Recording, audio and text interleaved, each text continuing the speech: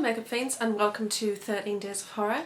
Today I'm going to talk to you about one of my favourite authors, Richard Laymon.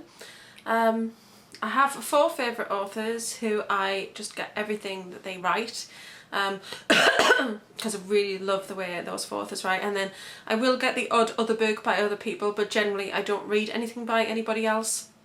But the writers who I do read, they tend to publish quite regularly, such as James Patterson, who actually writes with other people now and produces books constantly, to be honest. He probably has around 4 a year, which is really exciting because I absolutely love James Patterson. Also I love John Grisham and I love Lee Child. I find that they're all different authors, but it's all crime sort of psychological thriller type things, illegal, which are things that I really enjoy. The things I enjoy to watch and the things that I enjoy to read as well, plus it's what I write. So it definitely appeals to me because that's what I write. Now I've been told that my writing is very similar to James Herbert. I haven't actually read James Herbert. Alec did pick me up a book of his from a charity shop and I haven't actually read it yet, so I am looking forward to reading that, just because I'm quite interested really to see if we do have similar styles. But today I'm going to talk to you about my 4th favourite author. Like I said, there's just the 4 of them, and that is Richard Laymon.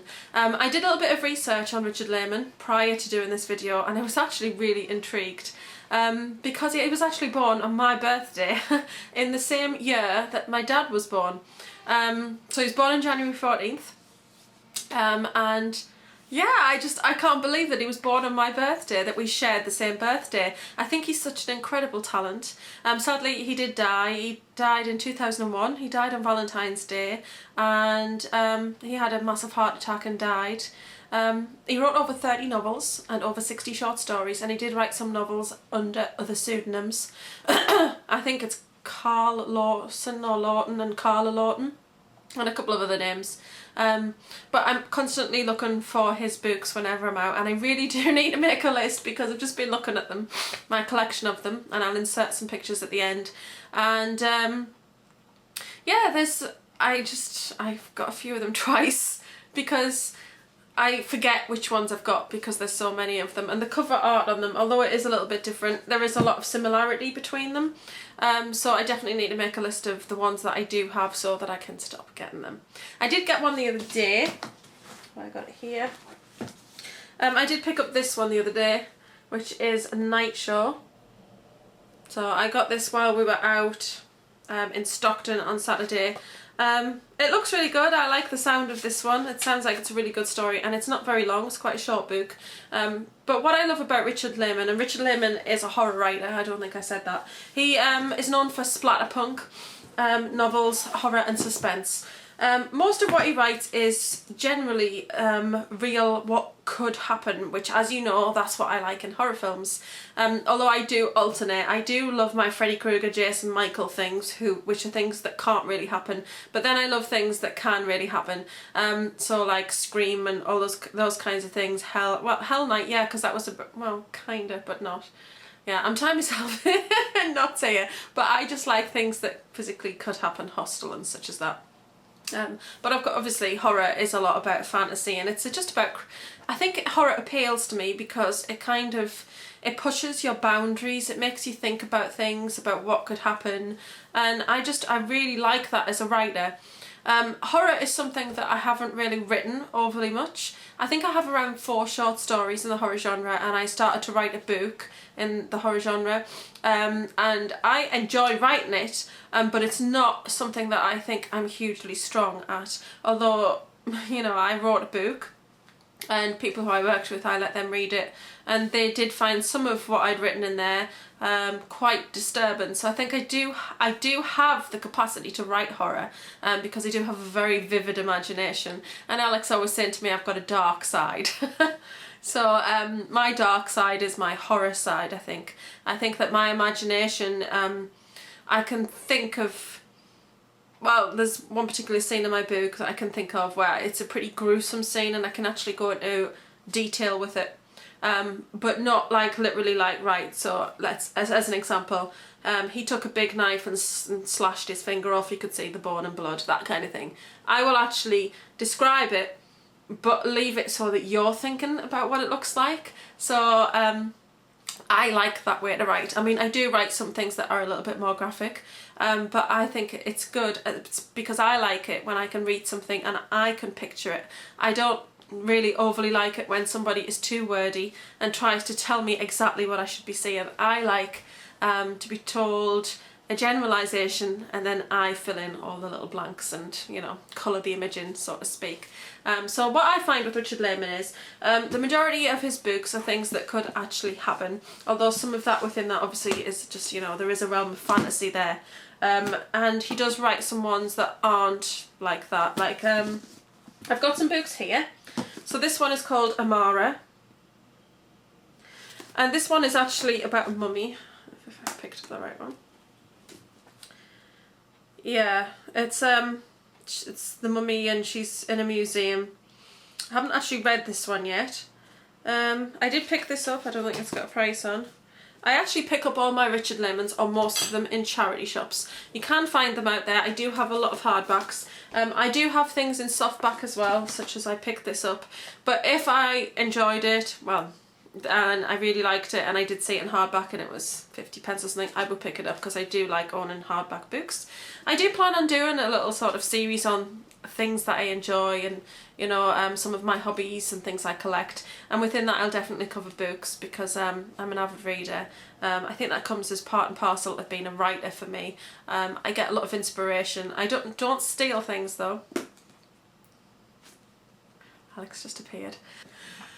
So this is Amara, and this is about a mummy, and she comes back to life basically. Yes, well, the night watchman finds the coffin open and the remains have been disturbed. I haven't actually read this one yet. This one is not exactly my kind of thing. I would prefer like teen horror type of things, which is a few of these that I'm going to talk to you about. But he does do these. He does one about like body invasion and stuff like that, but I think I still will enjoy reading it because I just love the style of his writing.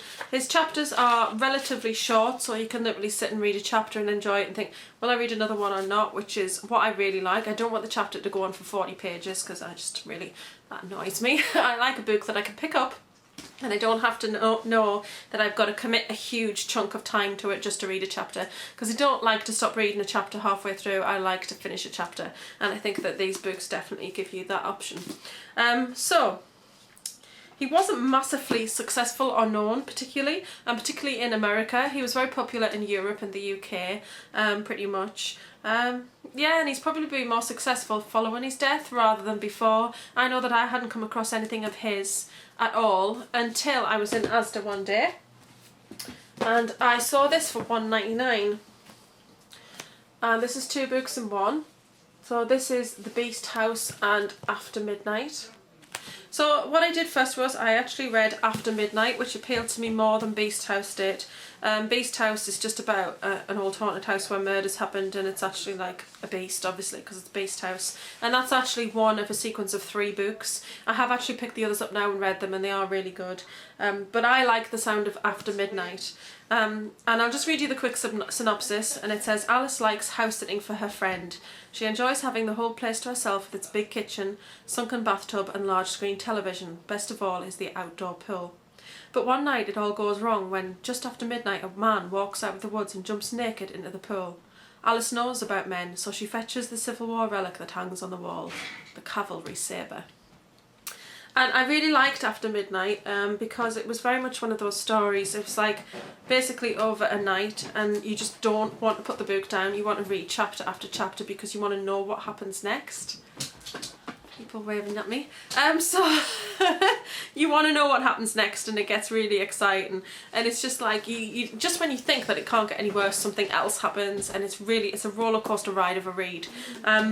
It is gruesome-ish. But it's more of, it's not so much horror, I think. It's more sort of just a bit gruesome and sort of suspenseful than anything else. And then after I read After Midnight, I did go back and I did read the first one, which was Beast House, which I actually really enjoyed as well, because I like those sort of haunted house, sort of possessed house sort of stories. Not if they're possessed by paranormal, because paranormal just really doesn't interest me that much. Now, so other ones. Now, if you are out and about and looking for Richard Laymon and you don't see any in charity shops, you could pick up these books. Now, these are actually from Smith's, or you can get them from any bookshop, and it's basically a couple of his books in one. And I've got about 5 of these now. Even though I've got some of the books individually, I did pick up some of these books anyway. They're quite cheap on Play. They're actually less. This should be $7.99, and I think I picked this one up for $3.99 on Play. So I thought that was really good. Okay. And I've already got Night in the Lonesome October, but I didn't have No Sanctuary, so I thought it's well worth picking that up. Night in the Lonesome October is really, really good. That's probably one of the most recent ones that I've actually read. That's another one of those roller coaster sort of stories. It's actually over a couple of nights, and it's about a boy whose girlfriend. A man whose girlfriend, he comes back to university and she doesn't return to campus, and then he becomes obsessed with this young girl that he sees in town, and he needs to follow her and see where she's going, and it all gets quite sinister and gruesome, and it's really, really good. So like I said, these are the newer ones. I really like them, but most of mine are actually charity shop finds, and you know, you can get these really cheap. I can usually get them for £1. This one's really good. This one's called Endless Night. This is another one of those sort of stories where things happen and there's a chain of events from there, and just one thing after another, it just gets worse and worse, and just when you think things are getting better, it all goes downhill again.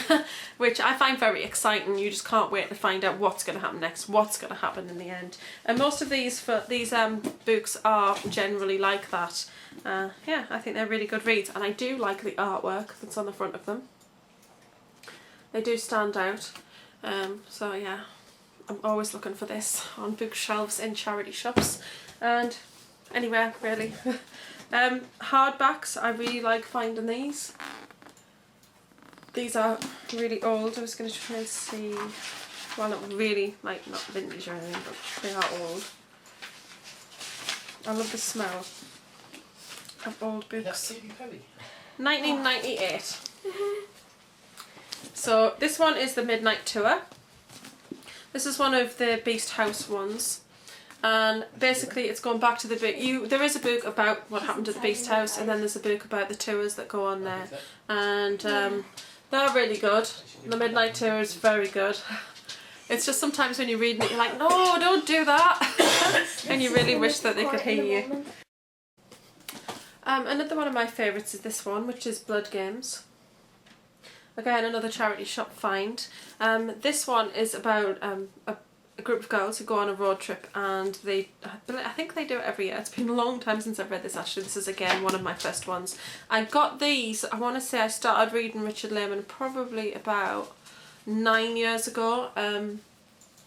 I always have a look in charity shops when I'm out and about, but I haven't picked up all of his books yet, but I do probably have most of them.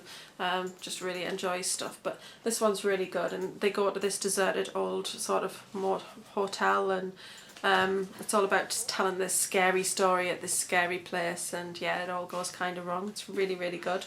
So yes, I just really like these books. I've tried Stephen King, and apparently I've tried the worst one first, which was 12 Past Midnight or something like that. I can't even remember what it was called, but I tried to read it and really didn't like it at all, and it put me off. But somebody has actually told me that I should try another one. They recommended that Cujo was very good, so they said maybe try another one. So I probably will at some point try and pick up another Stephen King and give that a go.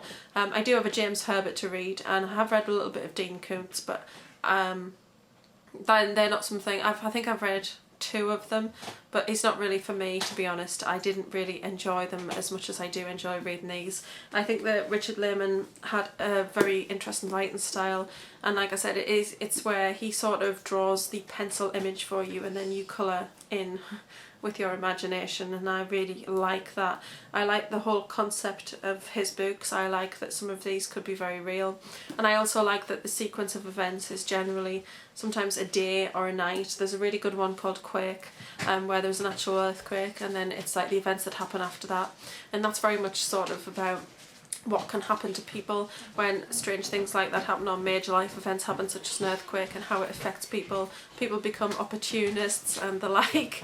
So yeah, it's yeah, making this video is turning out to be quite possible this evening. Yes, so it's very interesting, and that'll be it for today, and I'll love you all and leave you and see you all very soon. Thank you, bye. So this is the shelf where I keep all my Richard Laymon books. It's got a few mad things on here. This is Happy Mother's Day thing that Tony made for me when she was at school, and a tin that Alec got me because I love Toy Story, and my favourite character Rex is on there, so he got me that. And then these are the books in here. So that was my first ever one, and then these are the paperbacks that I've managed to pick up. And these are the newer ones which have several books in one. Got 5 of those. 2 of them were gifts. Absolutely love them. Then I've got the small paperbacks here, and then these are my hardbacks, which I've managed to pick all of these up from car boot fairs, charity shops. I've already got this, but this is an original copy, so I couldn't resist that one. It was like 10 pence at a car boot. And then there's some more hardbacks back there. So I just keep them in here. I know they're stacked a bit weird, but it's just the easiest way to get them all on the shelf. So yeah, that is my Richard Laymon collection. Actually, I'm going to take that one off the shelf because I'm going to put that upstairs and I'm going to start reading that one. I hope you've enjoyed this video, and tomorrow night will be another makeup tutorial. So I will love you all and leave you and see you all soon. Bye.